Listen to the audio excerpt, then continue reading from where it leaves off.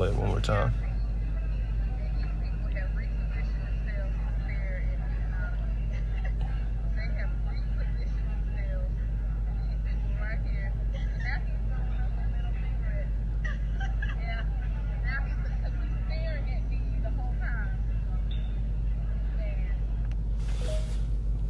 All right, Shalom. I want to give all praises, glory, and honor to Yahweh, Bahashem, Yahweh Shai, Bahashem, Racha, Kodash. Double honors to the apostles and the elders of Great Millstone, and also you men out there teaching and preaching in truth and sincerity.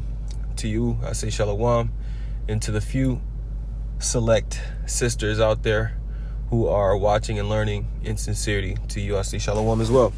And this video is going to be a quick video dealing with a lunchtime video, dealing with this video that I played here in the beginning. As you see here, you have a so-called black woman, which appears to be a black woman, and it says being black in Italy, right? Being black in Italy.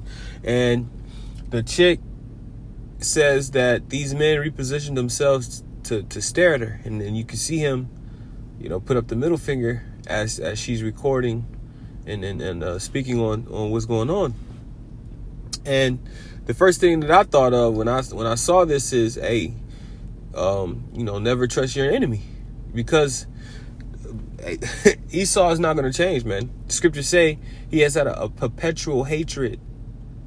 A perpetual hatred. That means it lasts. It's a long, everlasting hatred towards Jacob. Why? Because of the birthright. The birthright was, quote unquote, stolen by Jacob. You know, Jacob supplanted Esau, but ultimately Esau, he sold his birthright, and then he lost the blessing, which he carried that hatred, through many generations. He taught his children about that. Hey, that hatred is instilled within the spirit of the Edomites, man. They don't like us. So I'm going to read this, Sirach 12:10. Never trust thine enemy, for like as iron rusteth, so is his wickedness. Now, when you think of iron, when you polish it and you take care of it, it can last for a long time.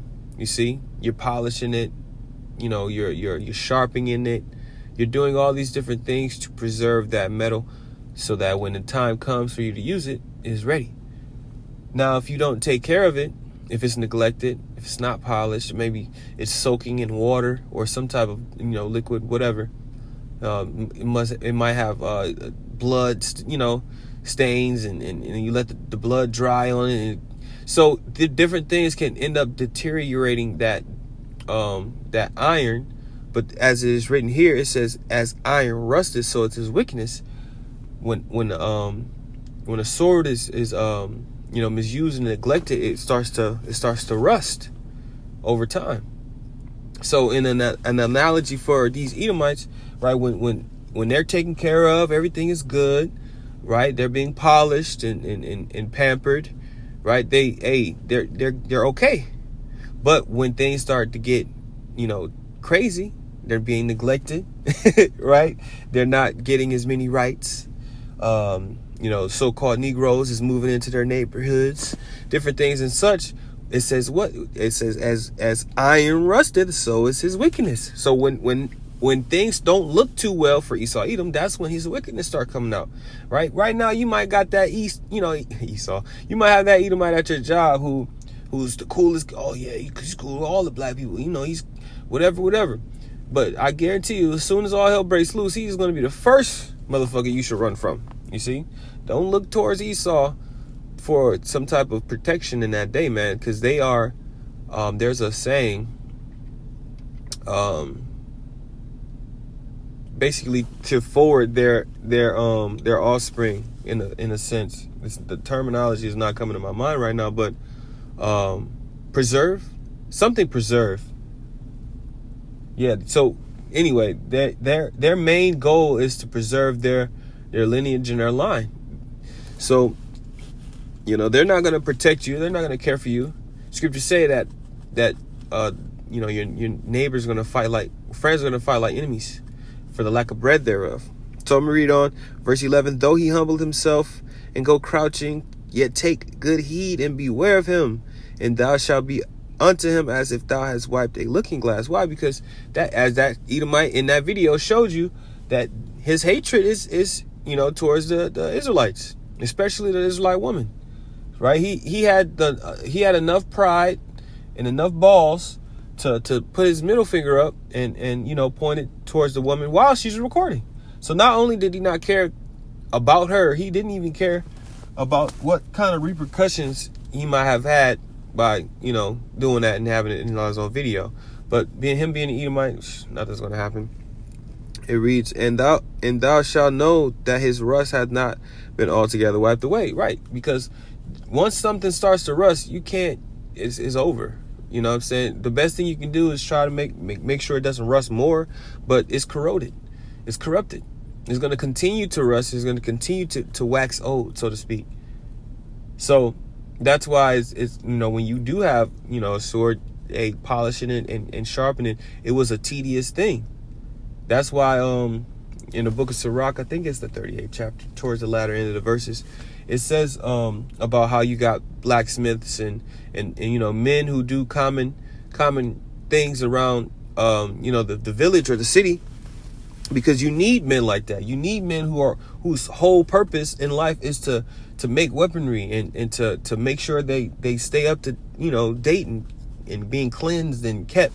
You need shepherds to watch over the flock. You need these different jobs and whatnot. And not every man is going to be a ruler. Not every man is going to be sitting at the council. You see? So, long story short, because that was a long tangent, Salakia. Once that you notice that his wickedness isn't gone, man. Scriptures say that this man he's the devil, man. That old serpent, Satan. Verse 12, set him not by thee, lest when he hath overthrown thee, he stand up in thy place. Now, this doesn't mean you can't go sit down in a restaurant and you got Edomites behind you, man. This means don't let this man be your right hand. You see? You decide, I want to start a business. Let's do a business, make a business plan, whatever. Let's start up some type of company. And this is your right-hand man, 50%. We split this thing halfway. That man will, he's going to take everything. Neither let him sit at thy right hand, lest he seek to take thy seat. So if you are a ruler and you had an Edomite friend and, it said, sit him not by your right hand. Because he's gonna what? Shit, why this nigga ruling over me? That's the mentality he's going to have. He's going to want to rule over you. And a lot of Jake, they don't have that mentality. They don't have that king-like mentality. A royal or a Rugal, I think it's Rugal, mentality, man, to want to rule over our enemies. We have enemies, man. That's going to be the title. We have enemies. Drake said it. Got a lot of enemies. I got a lot of enemies. We have enemies, man. Get it through your thick skull. Not everybody is your friend. Not everybody is for your purpose in life. Not everybody is for your prosperity. That's why it's called haters. You got haters out here.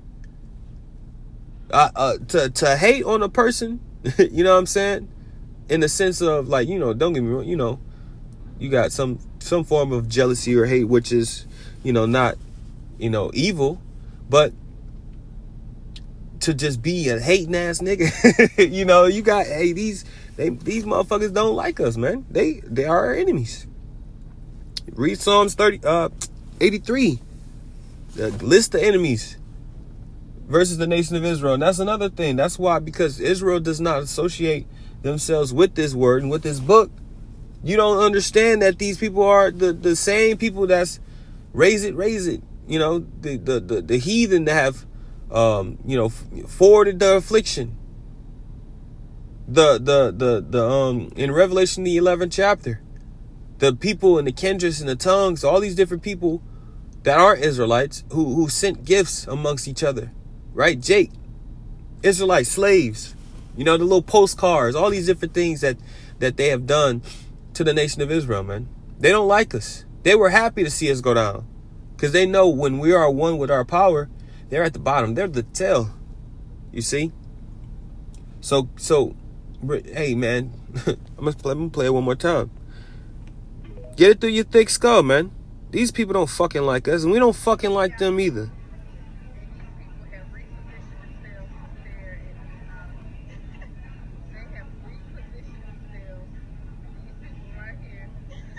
Look, he's sticking his middle finger up. He's like, fuck you.